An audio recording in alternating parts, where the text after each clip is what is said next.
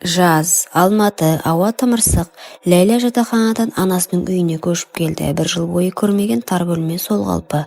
Тек иісі ғана өзгерген, еркектің иісі. Ас үйде отырып салқын шай ішіп отырған Мұрат алғаш көрген кетте Ләйләні тік тұрып қалды. Сен өскенсің, деді Мұрат. Сәл жымиып, бір кезде мен саған мультик қосып беріп отырушы едім. Қызығы, ол кезде Ләйлә 14-те еді. Қазір 19-да. Ал мынау көз алдындағы ер адам анасының күйеуі, бірақ бөтен, жақында емес, алыста емес. Мұраттың да көзі үнемі Ләйләға түсіп кететін. Оның белі бұрынғыдан жіңішке, ал жүрісі әйел сияқты. Анам қайда, деді Ләйлә даусын қатайтып. Жұмыста, кеш келеді. Кеш болды, анасы әлі жоқ. Ләйлә душқа кірді. Есік сәл ашық қалған. Сол сәтте дәлізден өтіп бара жатқан Мұрат бір көзімен көлеңке арқылы қыздың жалаңаш иығын шалып қалды. Іші от болып кетті.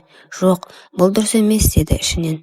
Ал Ләйлә көрпесіне оранып жатып, еркек иісін сезіп, жүрегінің терең түкпірінен бір нәрсенің оянғанын байқады. Бұл еркекке бұрын соңды олай қарамаған. Бірақ енді ол бөтен емес, тым тартымды. Таң, ас үйде Ләйлә жалаң аяқ үстінде қысқа халатпен шай қойып жүр. Мұрат терезенің алдында кофе ішіп тұрған. Оның көзі Ләйләнің балтырына түсіп кетіп, жылжып жоғары өрледі. Халаттың ішінен қыздың тыржалаңаш денесі білініп тұр. Кешіріңіз, оянғаныңызды байқамаппын, деді Ләйлә. Әдейі мойнын көрсетіп, шашын артқа жинай отырып. Мұрат үнсіз, қолындағы кесе сәл дірілдеді. Мен киініп келейін, деді ол. Бірақ орнынан қозғала қоймады. Ләйлә арт жағымен оған арқасын беріп ыдыс-аяқ жуып жатты. Мұраттың көзі қыздың жамбасының астына түскен халаттың жиегіне қадалды. Тым қысқа.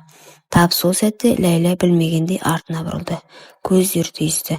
Жақсы ұйықтадыңыз ба, деді ол жай ғана. Бірақ үні еліктіргіш еді. Мен бе? Бүгін бір түрлісің. Мүмкін мен бұрынғы қыз емес шығармын. Екеуінің арасында үнсіздік орнады. Тек шәйнектің ысқырығы ғана тыныштықты бұзды. Бірақ ол дыбыс іштеріндегі жалындап тұрған тыйымсыз сезімді тоқтата алмады. Мұрат есін жиғандай басын шайқап ас үйден шықты. Ләйлә күлімсіреді. Кешке қарай аспанды бұлт торлады. Найзағай ойнап жаңбыр шелектеп құйды. Анасы қонаққа кеткен еді. Сол қонақтан келмейтінін хабарлады. Түнде қаламын, қонып қаламын, деді құрғақ үнмен. Сол сәтте жарық сөніп қалды. Ләйлә телефон шамын жағып бөлмеден шықты. Мұрат, жарық жоқ, деді ол, даусын сәл қорқыныштетіп шығаруға тырысып. Білемін, деді Мұрат, қасықпен кофе араластырып. Шам іздеп едім, маған қорқынышты, деді Ләйлә сабырмен. Сен бала сияқтысың ба? Жоқ, сен қыз сияқтысың, деді Мұрат. Алғаш рет шекарадан аса жаздаған үнмен. Жанасу, кездейсоқ білектері бір-біріне тиді. Сол сәтте екеуі де тоқ соққандай селк етті. Қолың суық екен, деді Ләйлә. Ал сенің алақаның? Мұрат бір сәт үндемей қалды. Сосын жылы екен. Тыныштық. Найзағай жарқ етті. Шам жарығы Ләйләнің бетіне түсті. Еріндері сәл ашық, көзі терең әрі нұрлы. Оның халаты түнде одан да қысқарды. Сен ойнап жүрсің бе менімен, деді Мұрат. Даусы күңіреңденіп. Ал егер иә десем, деді де Ләйлә бір қадам жақындап. Тоқта. Бірақ ол сөзін аяқтай алмады. Өйткені Ләйлә оның қолынан ұстады. Ал Мұрат алғаш рет жігерсіздіктен қолын тартып алмады. Сол түнде алғаш рет тыныс тіршіліктен басқа бірдеңе естілді. Ыстық ауада құмарлықтың дыбысы ілініп тұрды. Жаңбыр үдей түсті. Үйде қараңғы. Тек шамның әлсіз жарығымен екі дененің жылуы ғана бар. Мұраттың жүрегі дүрсілдеп соғып тұр. Ләйләнің алақаны әлі де оның қолында. Егер тоқтамасақ, деді ол ақырын. Тоқтай алмаса ше, деді Ләйлә, еріндері жақындай түсіп. Сол сәтте еріндер түйісті. Әуелі баяу, сосын құмарлықпен. Мұрат өз-өзін жоғалтып алды. Оны тоқтатқан иелікте ұяты тіпті ар-ұжданда емес. Жылдар бойы іште бұғып жатқан аштық. Ләйлә үнсіз еді. Ол еркектің еркін билеп жатқанын ұқты. Бұл еркек өгей әке. Бірақ дәл қазір оның кім екені маңызды емес. Шам құлап түсті. Жарық сөнген еді. Түн ішінде тек дем мен ыңырсыған үн ғана қалды. Мұрат оның халатын шешіп тастады. Қыздың тәні дір-дір етеді, бірақ ол шегінбеді. Кереуетке дейін барған жоқ, тек диванда, құштарлықпен.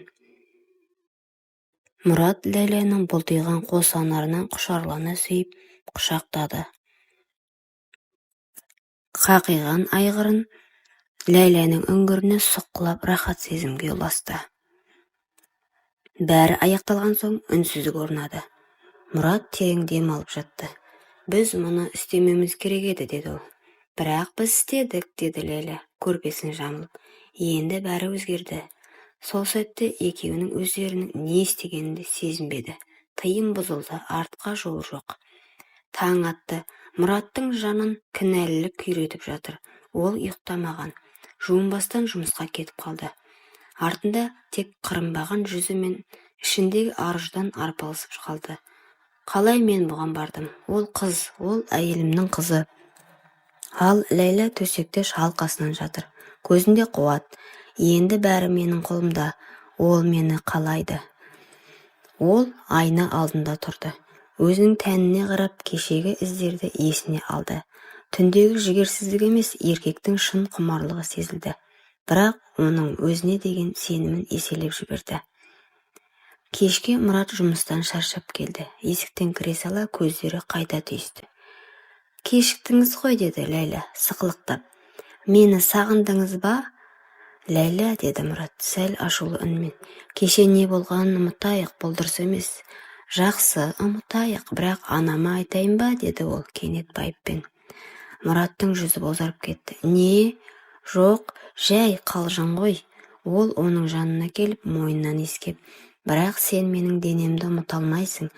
Өзім де сені түнде ойлап ұйықтай алмаймын, деп сыбырлады. Мұрат оның орнынан тұрып кетпек болды, бірақ қыз оның белінен ұстап қалды.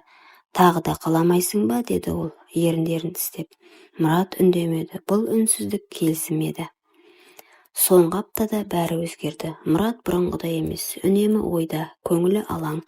Ал Ләйлә керісінше жайнап жүр. Үстіндегі киім қысқара түсті. Дауыс ырғағы сызылып шықты. Тіпті анасының алдында да ашық ойнап жүр. Бір күні таңғы аста анасы күлімсіреп отырып, қызық, Мұрат, сен менің қызымды бұрынғыдан да жақсы көріп кеткейсің ғой, дейді.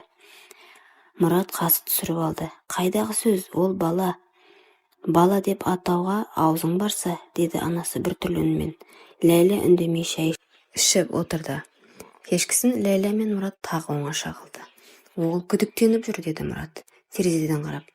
Сен қобалжыған сайын ол байқайды, деді Ләйлә. Ол еркектің артына келіп мойнынан құшақтады. Сен енді менікісің. Қалағанымда келесің, айтқанымды істейсің, әлде бас тартқың келе ме? Сен бұл ойыңды тым алысқа апара жатырсың, Ләйлә. Жоқ, Мұрат, ол ойын емес, бұл билік. Мен сені бақылап отырамын. Ал егер анаңа айтып қойсаң, не болады? Айтпаймын. Сен ұнайсың. Бірақ сен менімен болғың келсе, бәріне төзесің. Мұрат үнсіз қалды. Оның құшағында тұрған қыздың иісі есін алды. Ол өзін әлсіз сезінді. Бір қыздың құшағында тұрып, өз үйінде тұтқын болғанын түсінді. Сол түні есіктің арғы жағынан дыбыс шықты. Анасы ұйықтай алмай дәлізге шыққан. Қыздың бөлмесі жарық, есігі жартылай ашық еді. Ішке үңілді, ешкім көрінбейді, бірақ шам жанып тұр. Тек аяғының ізі жатын бөлмеге қарай. Мұрат, деді ол түн ортасында. Иә, деген дауыс шықты жанынан. Қыздың бөлмесінде жүрсің бе? Жоқ, жай шамын өшіріп жатыр едім. Күдік қоюлана түсті. Келесі күн анасы күтпеген жерден үйден шығып кетті. Түстен кейін келем, деді.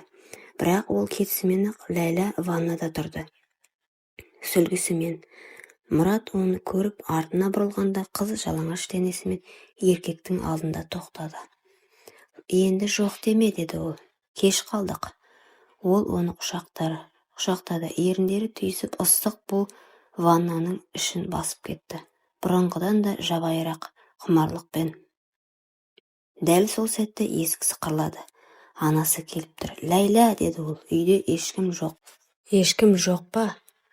Ваннада үнсіздік. Екеуі қатып қалды. Сүлгі жерге түсіп кеткен. Ләйла Мұраттың денесіне жабысып тұр. «Мені жасыр», деді ол ақырын. Мұрат үнсіз есіктің жауып, қызды душтың артына жасырып үлгірді. Анасы кіріп келді. «Мұрат, кім бар? Мен жуынғалы жатыр едім». Анасы күдікпен қарап ваннаға бір көз тастады. Сосын, «Қызық, үйде әйел иісі тым қою», деді. Ол шығып кеткенде Ләйла сыбырлады. «Сен әлі де менікісің». Анасы ештеңе айтпады, бірақ күдігі ішін тіліп көзқарас салқындап кетті. Бір күні үйге күтпей келді. Үнсіз жатын бөлмеге жақындап есікті ашты. Ал алдында еденде шашылған киім, кереуеттің шеті, ал үстінде Ләйла мен Мұрат.